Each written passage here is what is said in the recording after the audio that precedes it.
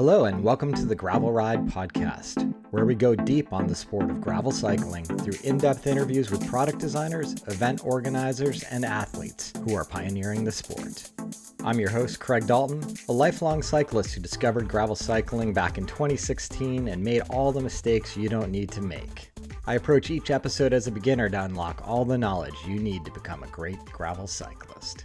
This week on the podcast, I'm excited to welcome Dahl from Have a Good Ride up in Canada. Have a Good Ride's an event happening this May for the first time, but Dean is an event organizer who has been involved in the cycling community and skateboard community for many years. I think you'll enjoy this conversation, and I'm super stoked to have you learn a little bit more about Chilliwack, BC, Canada. The valley sounds amazing. The route sounds amazing. As we'll get into, it sounds like you can have an easy ride. You can have a hard ride. The racing at the pointy end of the field is going to be exciting due to some details around the course. I love unpacking these types of events with event organizers and just going through their rationale for why they created the route, what the route is going to look like, etc., and how the racing and riding is going to play out. So super fun to have Dean on the show. Excited to talk to him. I'm excited for you to get to know him. Before we jump in, I wanted to remind you that taking care of your health isn't always easy, but it at least should be simple.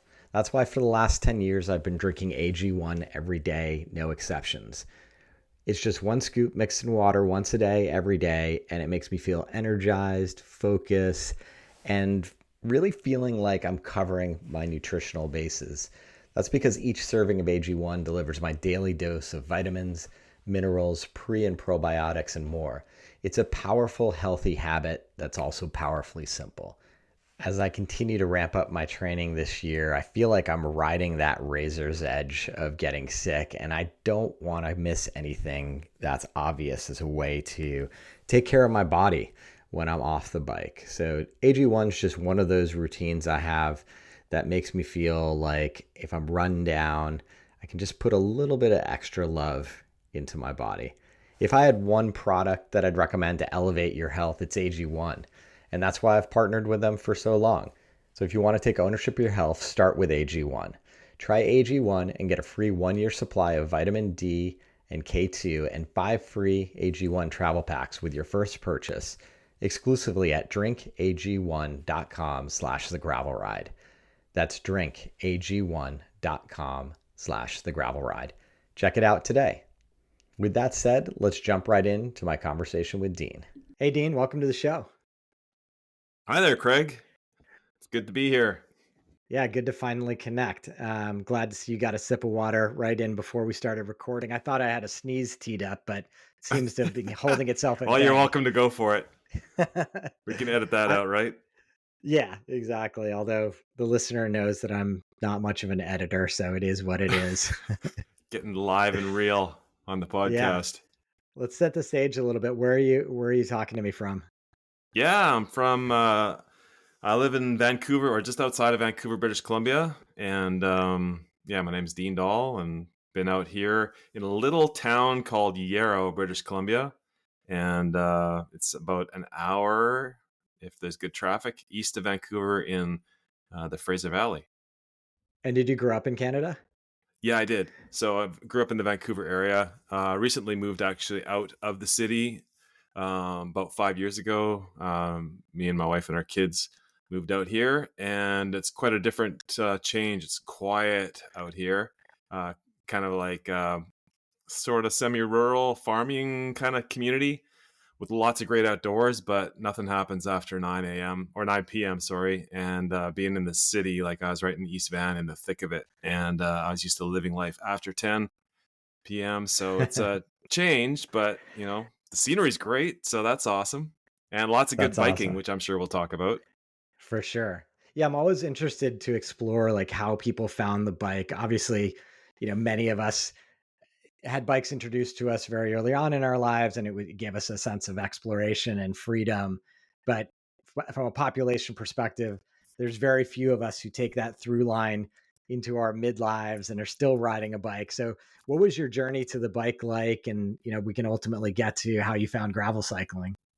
Oh yeah, sure. Off and on, like probably everybody listening to this had the classic BMX bike or whatever little cruiser thing and made jumps with it and got my nose banged up a bunch when I was a little kid, which is all kinds of fun stories in themselves, but whatever.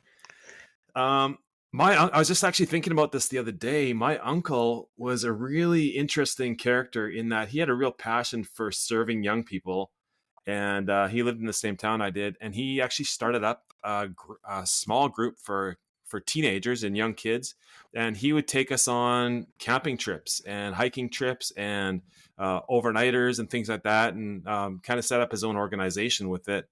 And I remember going on.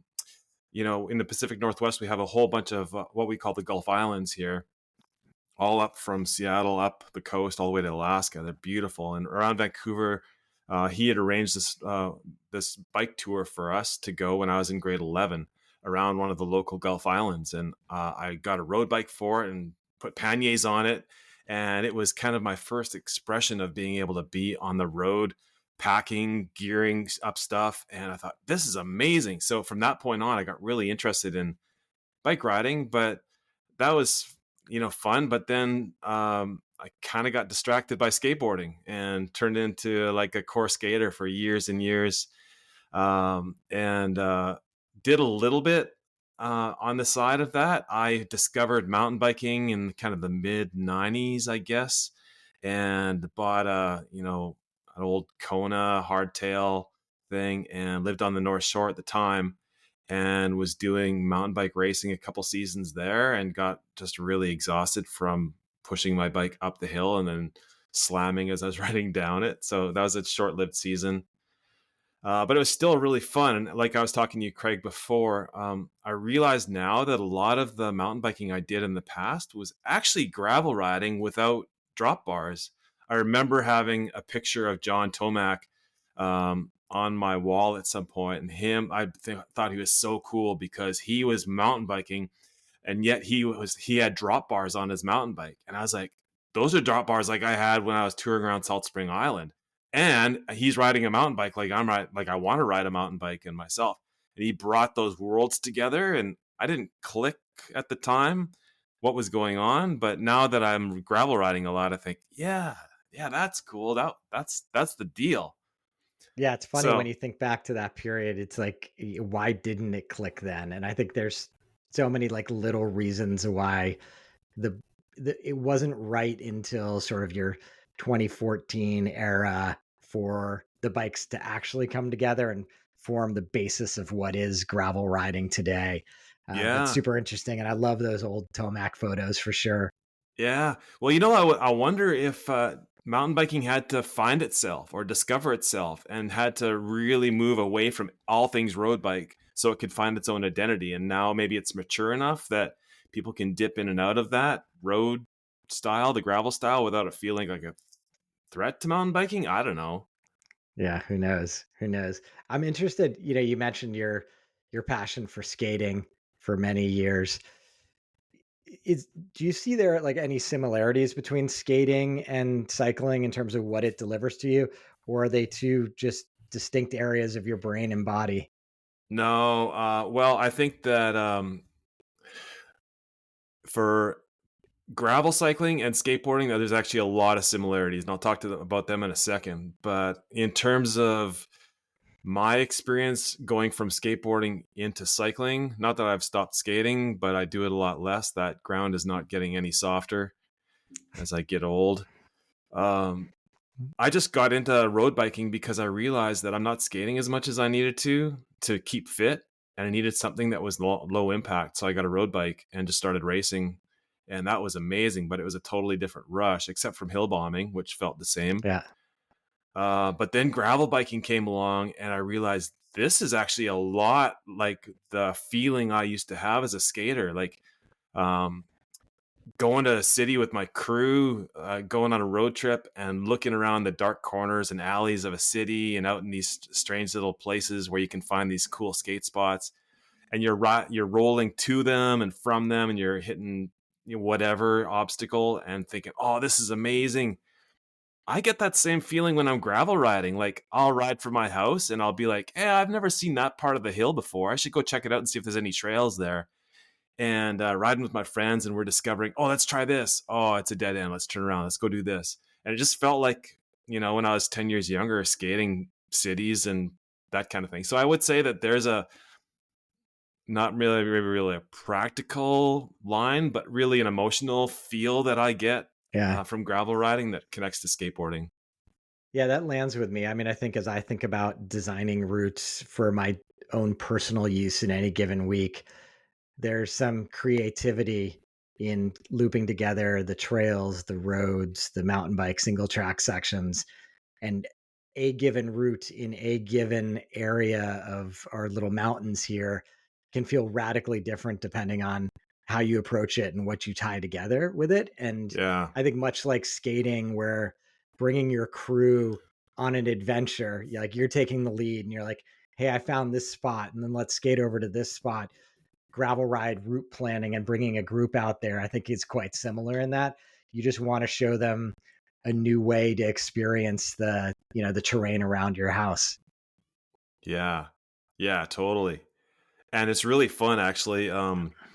As I've gotten into gravel riding, I'm connecting through Instagram, but a whole bunch of different ways with skaters that I used to skate with back in the day that also bought gravel bikes and that are cruising around, and they're hitting trails in the city and doing things. Actually, what my one friend just posted on Instagram on his gravel bike. He's got a really nice titanium gravel bike, but he's like riding downstairs and like doing little ollies on banks and stuff. And I'm like, dude, you're skating on your bike. That's hilarious.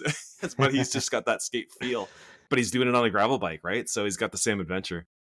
Yeah, I love it. I love it. We're going to get into a great gravel event that you're organizing for this May, but I wanted to tease out earlier in your life. Had you been producing events and had you had any experience doing events before kicking this one off?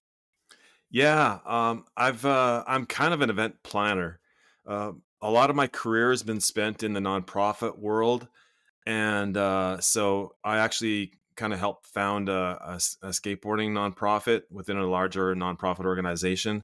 So I was doing a lot of skateboarding events and doing a lot of fundraising events for the larger umbrella organization as well.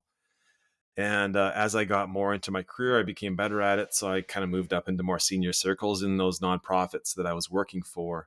So a lot of the events that I was running, especially towards the end of my nonprofit career, were fundraisers. And they were the classic peer to peer, oh, I'm going to do this 100-kilometer cycling event and I'm going to raise money for this cause. It's going to be great. And so I did a lot of those. And over the years, I kind of honed that to doing a lot more kind of bespoke tours where we'd get a small group of people. They'd raise a lot of money each, and it wasn't a huge amount of people because we thought we could provide a better experience by doing something smaller, really intentional with our friends that would want to ride with us. And we'd still raise a lot of money, and it was great for the organization. So I have a history in that, and that I guess, and well, as well as that, the last couple of years I was hosting specific gravel races, and again, they had a fundraising component to them, but they were a lot more, they were increasingly becoming more sport oriented, and that was partly intentional on my part, and we can talk about that later. But I found that there's an odd space that the cycling community, specifically the gravel community, sits in, where uh, it's attractive to both people in the nonprofit realm who see something like a gravel event as something dynamic and like a community with lots of vitality in it. And they want to be a part of that because it's an exciting thing that can represent their nonprofit through which they can raise money. So that's one way of Yeah. looking at that community of cyclists.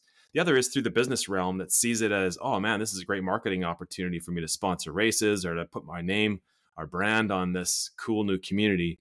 And from my perspective, the races that I was organizing, I just really felt like the organizations that I was helping produce these events for didn't understand the community of cycling, and they weren't treating it well enough. They weren't going through the due process of looking on the race calendar, Are we intersecting with another race that's happening in the same city?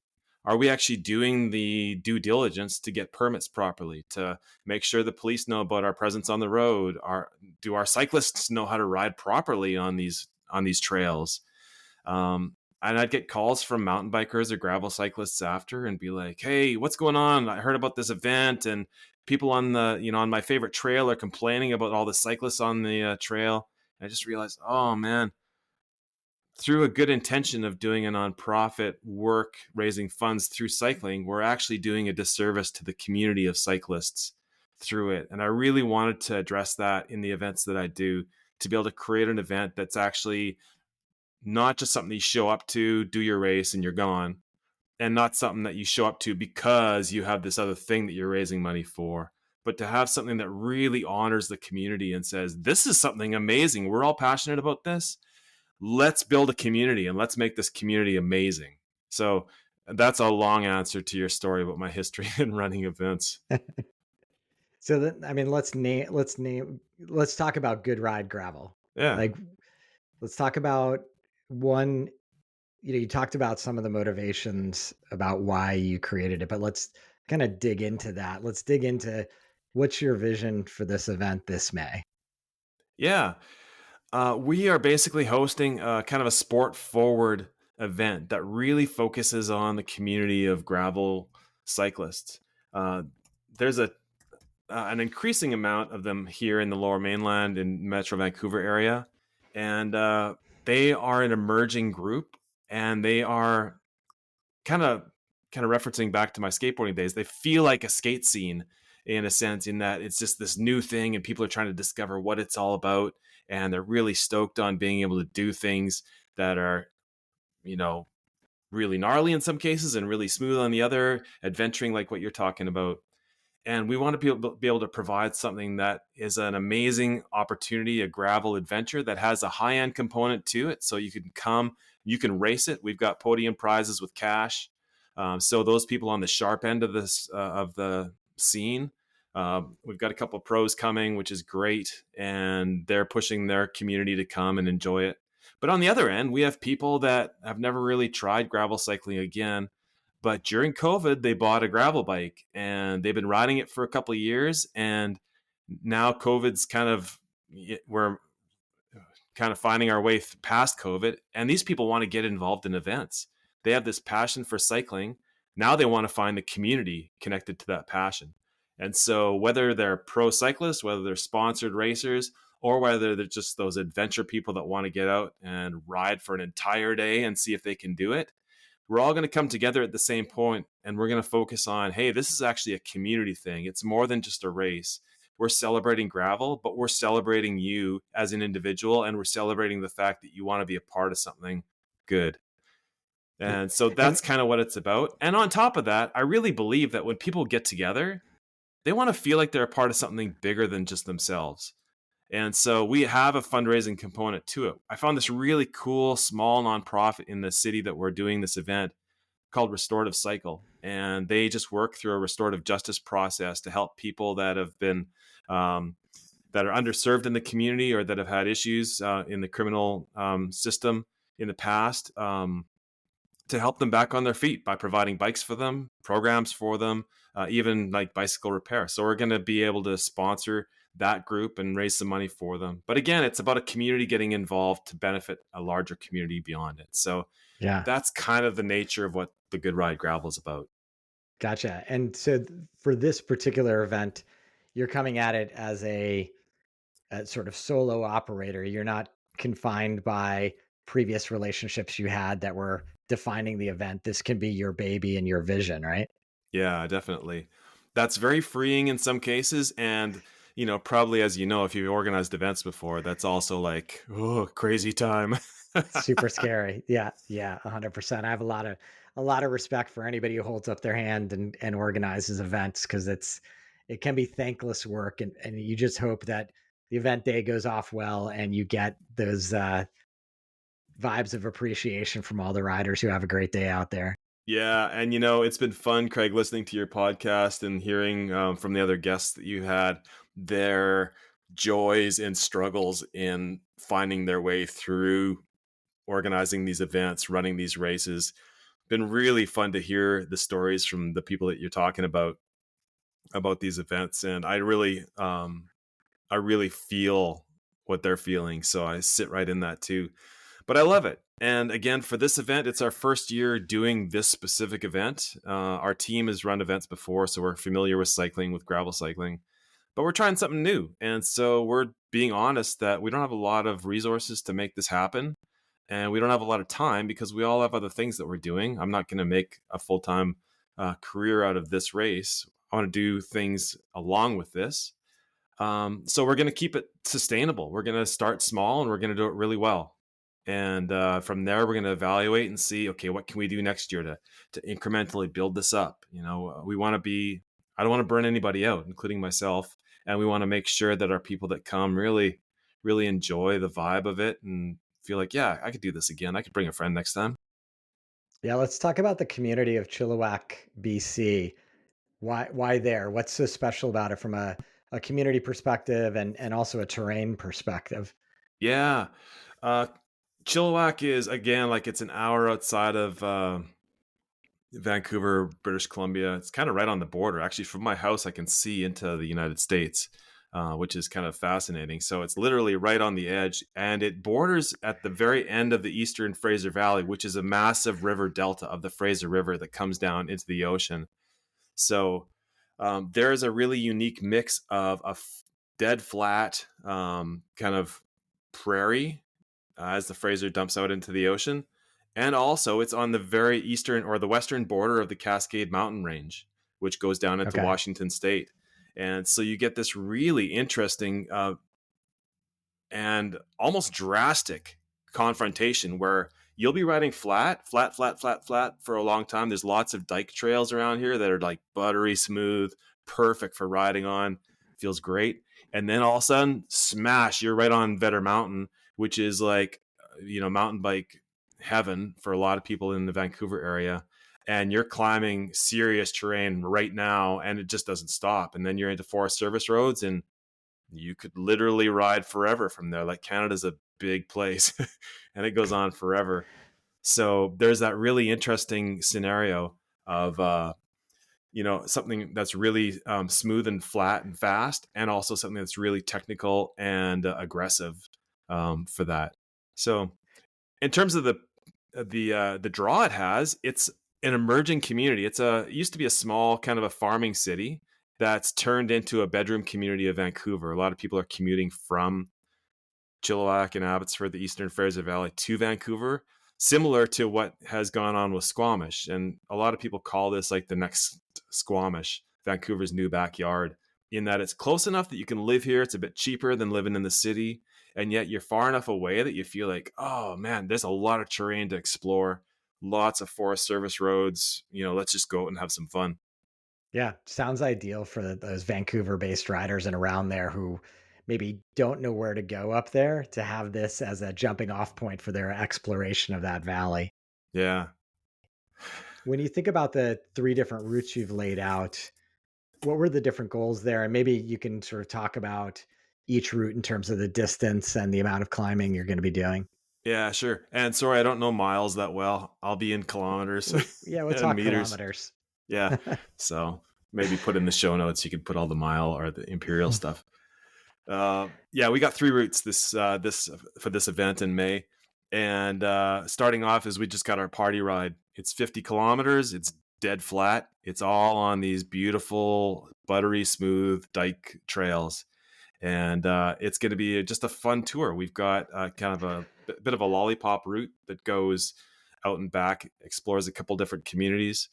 But it's pretty much all off road. There's a small portion at the beginning, a couple of kilometers that you have to ride on the road, and then it's just all flat gravel. And it's meant to be just something, hey, I've never done a gravel event before. Oh, I just got this bike and I feel a little nervous, but can I do this? Yeah, I can. It's 50 kilometers. I got all my friends along. It's going to be great. So we've got a bunch of snack stations and, photo booth kind of things, fun stuff to make it feel like, oh, this is a fun little event. And Yeah. it's, again, that entry thing that people can do it and feel like, okay, I'm ready for something more challenging next year. So that's our 50K. We just call it the good ride. And Then we have what we call our very good ride. I don't know, they're cheesy titles, but whatever. And it's 100K, and it is kind of the medium course. It starts to explore that terrain that I was talking about up the side of mountains. So you're starting on, you're doing about, I don't know, 5 or 6K to access the first Forest Service road. Then you start climbing. It gets a bit intense. You come down, it's great. And then you hit a really heavy climb. You're going to max out at 20% on that climb, and it's mixed terrain, a bit of a technical downhill. And then you get to celebrate the fact that you did those 2 climbs and that technical stuff with that gravel dike thing. And you're doing the same lollipop route that the 50K people did. So you got a really kind of even mix of some, good single track, some good Forest Service road with the smooth kind of finish to bring you to the event village again. Then Nice. the big one, which we call our crazy good ride, is it's going to be 150 kilometers, and it's about just over 2,000 meters of elevation, probably 2,200 meters of elevation, and that elevation is serious. Like it's a good wall in front of you. Great Forest Service roads with all kinds of mixed terrain. You're just right from the start going hard and going up and down and up and down and experiencing everything. Out here, it's wet. It's like rainforest. So there's no big sprawling gravel roads. It's like, okay, you've got the tree canopy. You're in this emerald green forest, and there's moss and ferns everywhere. And you're riding mixed terrain, some mud, some gravel, some dirt, all kinds of stuff. And it's up and down, up and down, up and down.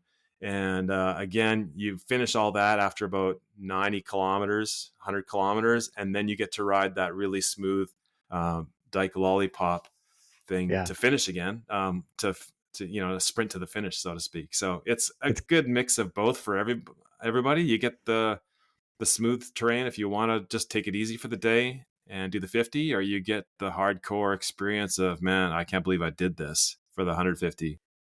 Yeah, it's kind of interesting the way you're describing it. I was thinking about, if you're at the pointy end of the spear, attacking all that aggressive terrain to begin with for the first 100K, and then having this relatively, in perspective, tame terrain for the last 50K. It's just going to be really interesting to see how it pans out. Like, does a group emerge from the forest and the climbing Yeah.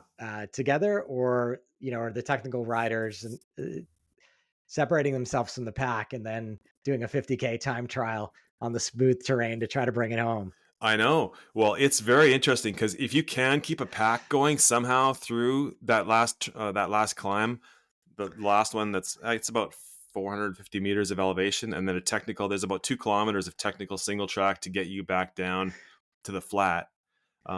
If you can stay in a group there, then you can draft, and it becomes an entirely different race because the last Yeah. 50 kilometers, you almost need to be a good road rider to make that happen if you want to finish Right. first, right? So, Yeah.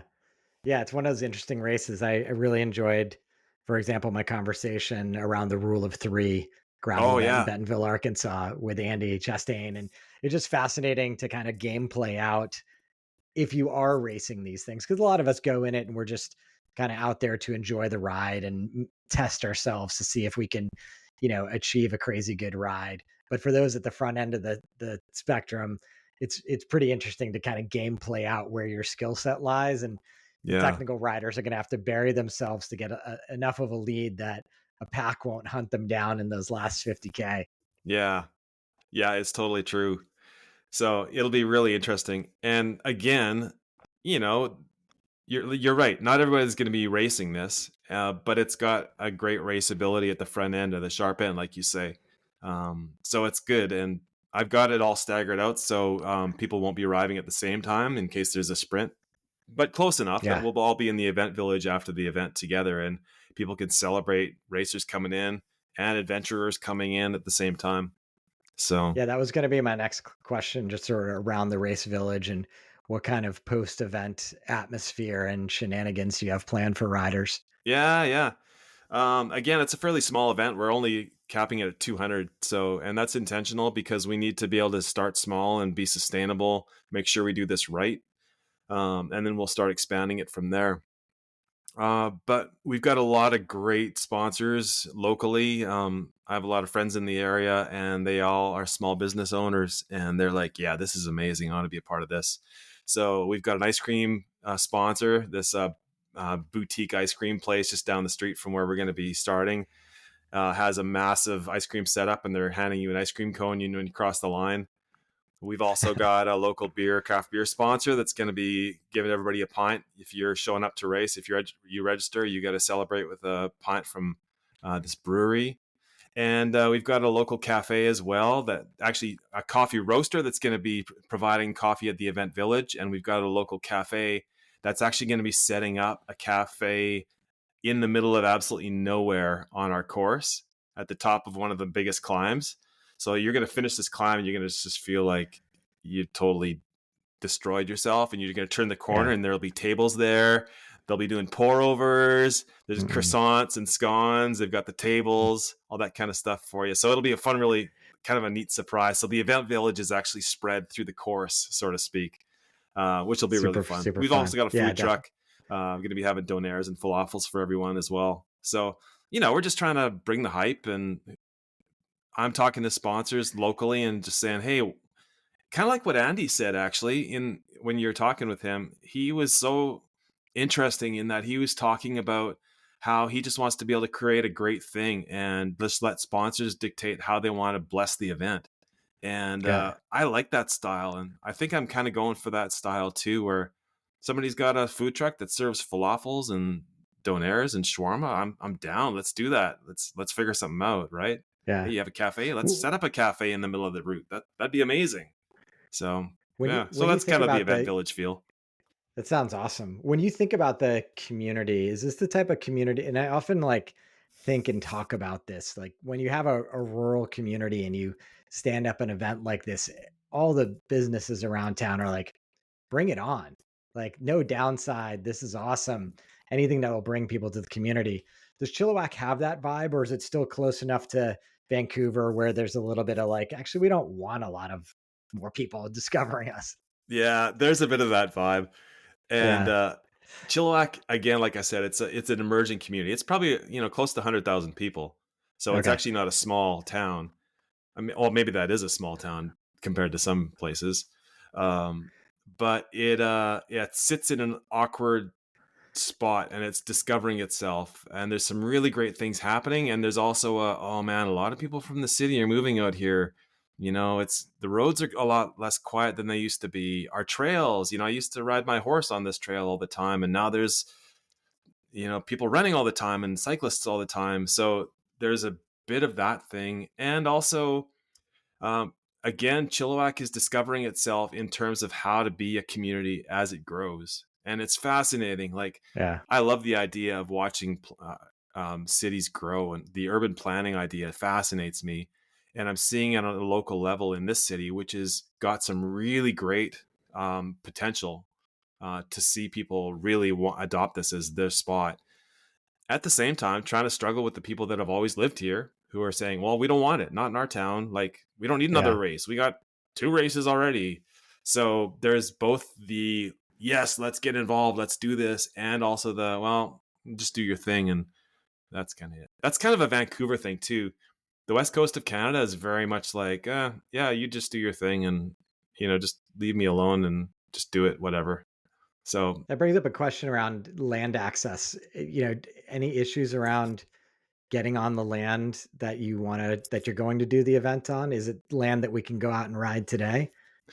Yeah, well, that's a great question. And we are actually really excited because we are actually on the lands of the Stolo people, the traditional ancestral people of the Stolo Nation and the Swahili Nation.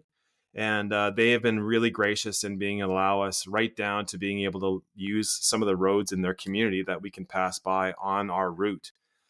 So we're very excited to be able to kind of honor these communities and recognize them at the same time as being able to practically make use of the roads in their communities at the same time. So that's good.